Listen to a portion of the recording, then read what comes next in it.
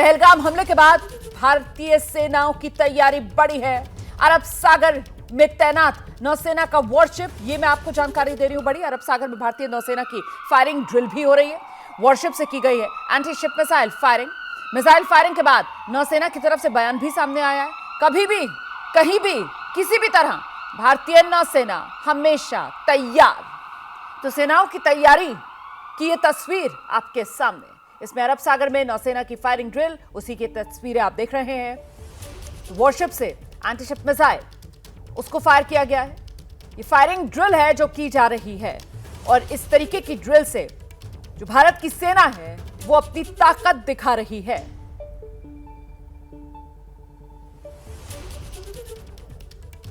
तो ये नौसेना की तस्वीरें आप देख रहे हैं जो फायरिंग ड्रिल करते हुए अरब सागर में, उसी की तस्वीर आपके सामने। थल सेना, नौसेना, वायुसेना, सभी सेनाएं पूरी तरीके से मुस्तैद।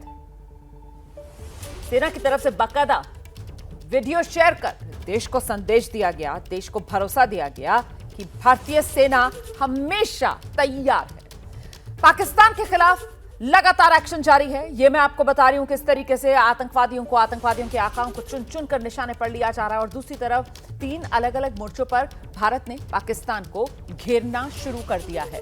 पहलगाम आतंकी हमले की जांच एनआईए ने अपने हाथ में ली है। एनआईए ने केस रजिस्टर कर लिया है, यानी अब ऑफिशियली इस मामले की जांच एनआईए करेगी।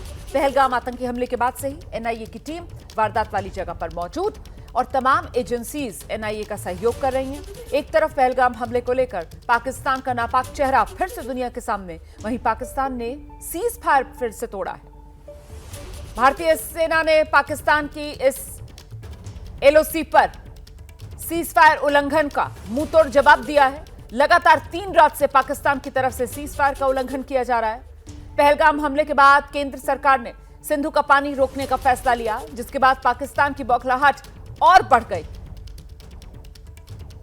इस बीच सीधे आपको लेकर चलेंगे, हमारे साथ हमारे सभी सहयोगी लगातार बने हुए हैं। अब मैं आपको सीधे पहलगाम लेकर चलूंगी, जहां से हमारे सहयोगी अहमद बिलाल हमारे साथ मौजूद हैं, और जरा बिलाल से जानते हैं कि पहलगाम के ये पहाड़ 22 अप्रैल को जिस तरीके से खून से लाल हुए, इस वक्त यहां की तस्वीर क्या है और यहां का हाल क्या है बिलाल?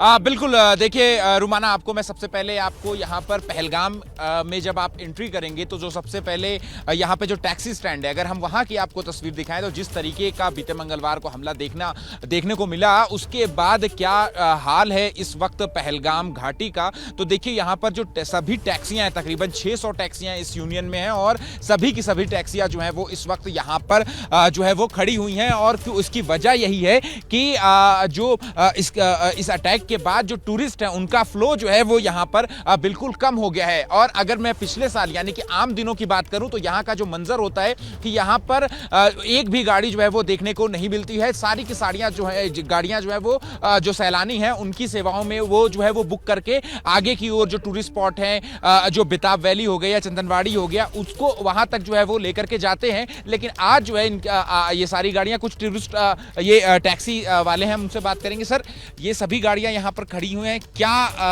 क्यों, ऐसा क्यों?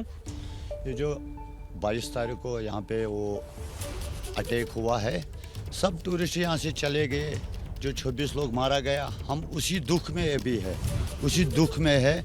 जो यहाँ पे 600 टैक्सी है, ये भी उसी दुख में है। सर, टूरिस्ट नहीं आ रहे? नहीं, टूरिस्ट नहीं आ रहे, कोई नहीं आ रहा है। कल से 5-10 गाड़ी आ रही हैं दिन में, बाकी बंद ही है सर। अभी आपके इस यूनियन में कितनी गाड़ियां हैं और कितनी गाड़ियां बुक?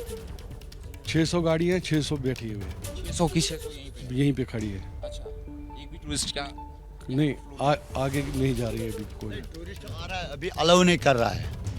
जो यहाँ पे सिक्योरिटी फोर्सेस इन्वेस्टिगेशन जारी है क्या? सुनिए मेरी बात, एक्चुअली क्या है, जब 22 तारीख को यहाँ पे हुआ, 22 तारीख की यहाँ पे काफ़ी ज़्यादा टूरिस्ट थे। जो टूरिस्ट हमें अप्रैल में आते थे वही टूरिस्ट मार्च में आ गए थे, जो मई में आते थे वही अप्रैल में आ गए। तो हम लोग आपस में सोच रहे थे कि ये अप्रैल का सीज़न है, जब मई का होगा तो उस टाइम कितने टूरिस्ट यहाँ पर बढ़ेंगे, कम नहीं होंगे। और उसके बाद 22 तारीख में जब 22 सरन में ये इंसिडेंट हुआ तो उसके बाद सभी टूरिस्ट वापस गए। कुछ लोग डरे, कुछ लोग भाग गए, कुछ लोग गुलमर्ग गए, कुछ लोग श्रीनगर गए, कुछ लोग सोनामर्ग गए। अब तो टूरिस्टों ने फिर से उन्होंने यही सोचा कि अगर हम रुकेंगे, यहाँ नहीं आएंगे, तो इससे जो हमारा दुश्मन है वो सोचेगा कि मैं कामयाब हो गया, तो इसलिए हम नहीं डरेंगे, हम लोग आएंगे। अब यहाँ पे जो लोकल साइड सीन्स है गाड़ियों का, तो अभी सिक्योरिटी रीजन के कारण उन्होंने बंद किया हुआ है। तो 1-2 दिन में इन्वेस्टिगेशन चल रही है। एक बार मैं आपको पहाड़ियां दिखा दूं रोमाना कि देखिए यहाँ पर कितने घने जंगल हैं और जो सिक्योरिटी फोर्सेज यानी आर्मी और की तरफ से जो कॉम्बिंग ऑपरेशन, जो सर्च ऑपरेशन चलाया जा रहा है वो कितना चैलेंजिंग हो जाता है, क्योंकि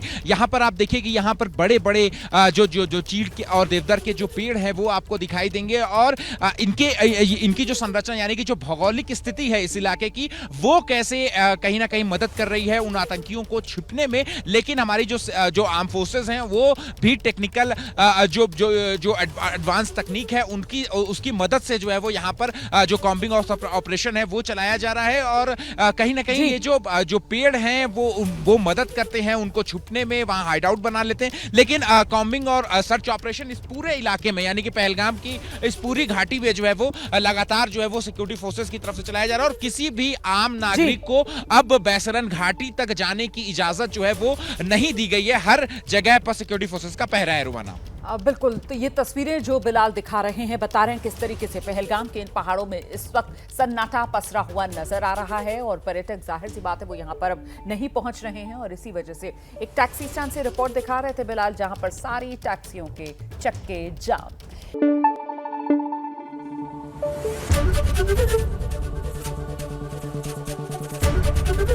एबीपी न्यूज आपको रखे आगे।